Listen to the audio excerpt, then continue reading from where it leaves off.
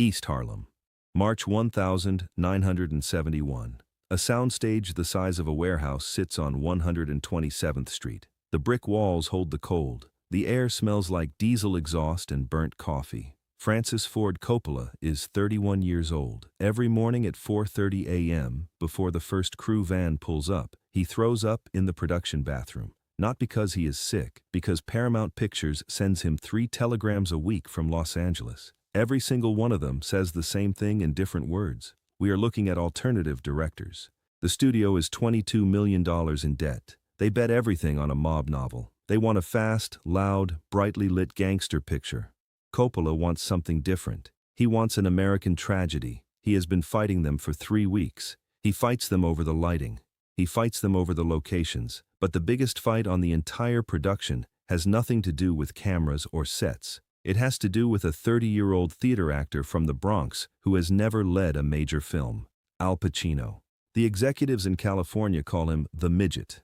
Robert Evans watches the early footage and says the boy is too short, too dark, and too quiet. He says Pacino looks like an extra who wandered onto the wrong set. Every morning, Pacino sits on a wooden crate in the corner of the stage. His hands are shoved deep into an oversized wool coat. He stares at his boots. He already knows. He has seen the production reports.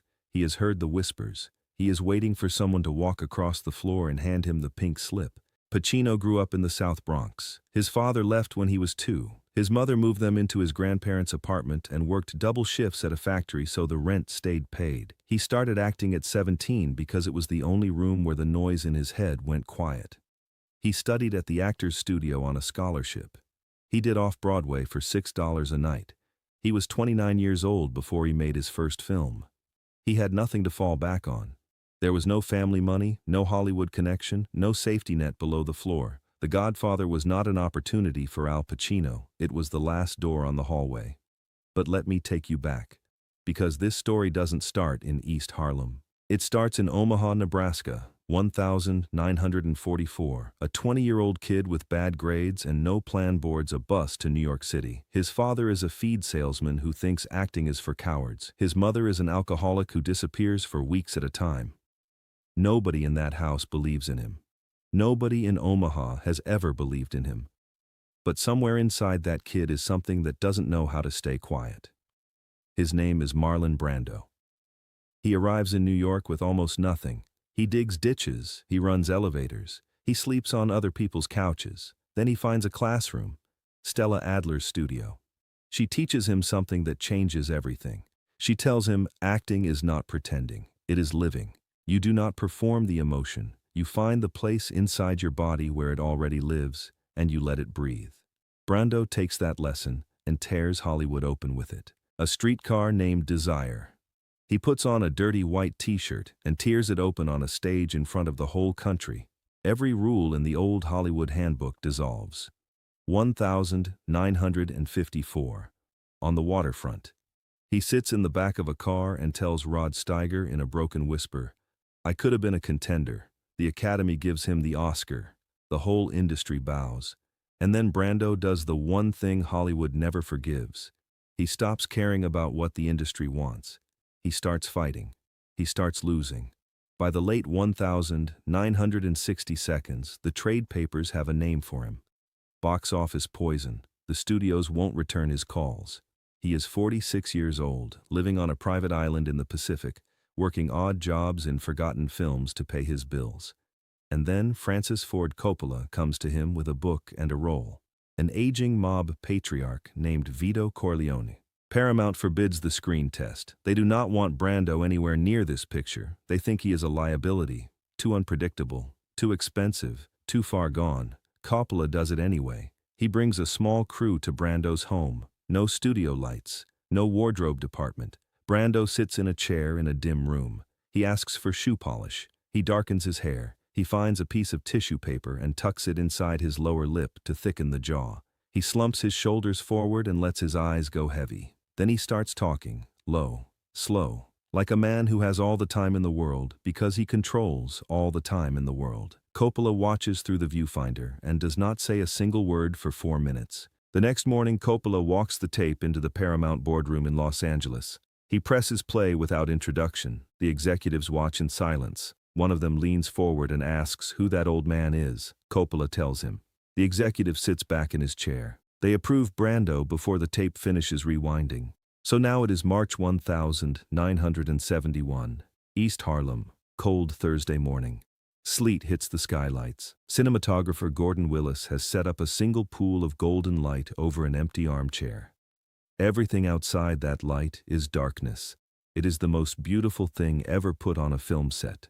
To the studio executive standing behind the camera, it looks like a waste of money. His name is Jack Ballard. He flies in from Los Angeles in a gray herringbone suit that has no business being on a working film set. He carries a black leather folder. He has a gold watch. He stands behind the crew and counts the minutes between setups. He already has a list of replacement actors cleared by the studio. Carmine Caridi is sitting by a phone in California waiting for the call. Brando watches all of this from his makeup chair. He watches Ballard clock the setups. He watches the man's eyes move from Coppola to Pacino and back again, calculating. He has seen this exact posture before. He saw it in 1953 when a studio head at MCA told him he would never work in a serious picture again. He saw it in 1962 when the mutiny on the Bounty producers circled him in a conference room with lawyers and demanded he perform on their schedule or face a lawsuit. He knows what a man looks like when he has already made his decision and is just waiting for the right moment to announce it. Ballard is not watching the film being made. He is watching for the opening.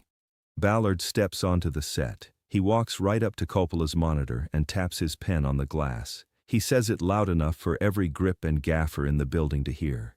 The dailies look like a funeral. The boy is giving us nothing. We are making a change.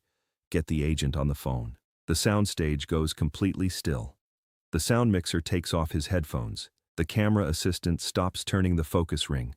Coppola stands with his notebook open, his beard wet with sweat, looking at his shoes. Pacino sits on his wooden crate and does not move.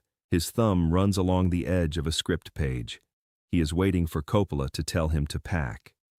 Then a voice comes out of the dark corner near the makeup table. Leave the boy where he is. Marlon Brando stands up from his canvas chair. He has the heavy Don Corleone coat over his shoulders. The prosthetic jaw is packed tight. He walks across the floor and the crew parts for him without a word. He stops 2 feet from Ballard. Up close, he looks like a man who has never once been afraid of another man's title. Ballard tries to explain. This is an executive decision. The boy isn't delivering what the picture needs. Brando does not raise his voice. He does not need to. He says 7 words. If you fire him, I walk. And Paramount can find another Don Corleone by Monday morning. The room goes dead. Ballard stares at him. He is looking for a flinch. He is looking for the performance underneath the words. He finds nothing. Just 2 dark eyes and a face that has seen too much of Hollywood to be impressed by any of it. Ballard puts his pen back in his pocket. He says they will keep shooting through the week. He says it the way a man says something when he needs it to sound like his own idea. He walks down the hallway. He catches a flight to Los Angeles that afternoon. Within a year, he is out of the film business entirely. His name becomes a footnote nobody reads. Coppola wipes his face and calls for positions. The lights drop. The golden pool settles over the empty armchair. Nobody speaks for a long moment. The grips go back to their marks. The camera assistant picks up the lens cloth he dropped. Coppola walks over to where Pacino is still sitting on the wooden crate. He doesn't say anything about what just happened. He doesn't explain it or dress it up. He just puts his hand on Pacino's shoulder for 2 seconds and then walks back to his monitor. That is all. It is enough. Some things don't need to be translated into words to be completely understood by the person receiving them. Pacino looks across the stage. Marlon Brando is already back in his makeup chair. The artists are touching up the latex along his jawline. He is looking down at his script. He does not look up. He does not check to see if anyone noticed what he did. He just turns the page. Pacino stands up from his crate. He walks into the light. Something has shifted inside his chest. The tightness is gone. He sits down in that chair and reads the line flat, quiet, with a stillness so complete it makes the gaffer lean into his camera. 1 take. Nobody moves. Coppola does not throw up the next morning. 3 weeks later, they shoot the restaurant scene in the Bronx. Michael Corleone walks out of a bathroom with a gun under his coat. He sits back down across the table. He does not look at the camera. He does not perform. He just sits there while a New York subway train roars somewhere outside, his eyes fixed on a spot above Sollozzo's forehead. He stands up. 2 shots. The screen goes black. The Godfather opens in March 1972. It breaks every box office record in the history of cinema. It pulls Paramount out of its $22 million grave and keeps the studio alive for the next 3 decades. Pacino gets his first Oscar nomination. He goes on to make Serpico, Dog Day Afternoon, Scarface, The Godfather Part 2. He becomes the blueprint for every quiet, dangerous man who ever walked onto a screen for the next 50 years. But wait, here is the part nobody writes about. Brando never told a single reporter what happened on that Thursday morning. He never wrote it down. He never asked Pacino for a thank you. He won Best Actor at the 1973 Academy Awards and didn't show up to the ceremony. He sent a young Native American activist named Sachin Littlefeather to the podium to reject the award in protest of Hollywood's treatment of indigenous people. The room booed. The papers wrote about it for months. Brando watched the broadcast from home, completely unmoved by the noise. He came from a place where you did not stand by while men in suits broke someone's spine. 50 years in Hollywood never talked him out of that. Here is what nobody understood about Marlon Brando in 1973. He was not being difficult. He was not performing rebellion for the cameras. He had watched the industry discard people his entire career. Actors who built their lives around a studio's approval and woke up one morning to find the phone had stopped ringing. Directors who compromised their vision 1 degree at a time until they couldn't find it anymore. He had almost become one of them. The years between On the Waterfront and The Godfather had cost him something real. And when he came back with a different understanding of what the work was actually for.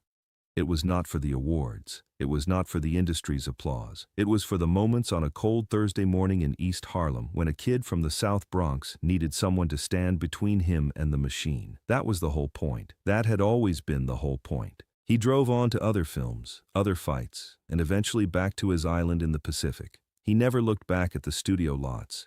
The dust settled behind him. Pacino worked for another 50 years. He carried the weight of that restaurant scene in his face through every role, and every year it grew a little deeper. He never spoke publicly about the Thursday morning in East Harlem until Brando was long gone. And when he finally did, he said it quietly. The way you say something that still costs you something to say.